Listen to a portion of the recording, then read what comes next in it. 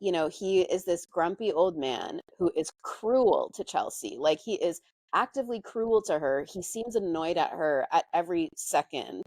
And you know, you do wonder what the love between them was like before this, like why she is so attached to him.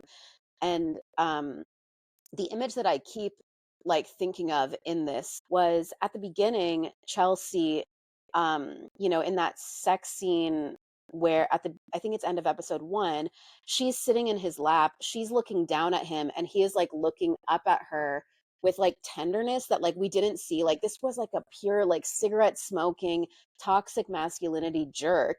And then contrast that to the moment between Chelsea and Saxon when they're literally sitting eye to eye, like no one's above anyone else. They're sitting directly across from each other. They're looking at each other in the eyes, and you get the sense that Saxon really sees her for who she is, for her powers as like a healer, as a person who cares deeply about humanity and love. Like he is very intrigued by her and he wants to be changed by her. Rick does not want to be helped by Chelsea at all. And so I think that's why Chelsea got so scared in that moment is she pulls her hands away because this is somebody who actually is actually genuinely connecting with her. She's spending the whole week making fun of Saxon and how he's soulless. And here she is realizing that like maybe like her connection with Rick is a little bit soulless. Like that to me is just, I think like encapsulates the violence of patriarchy and toxic masculinity, especially of men of that kind of age who have a certain kind of like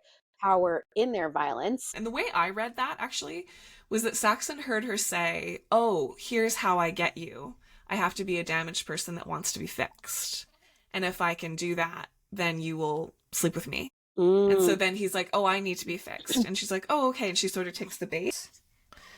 Um, and then when they're together and they're meditating in her room or whatever, and he holds her hands, like I think I interpreted that more as him being like, "Okay, let's hook up now." And she was like, right. "No, no, no, I'm not doing that." Right.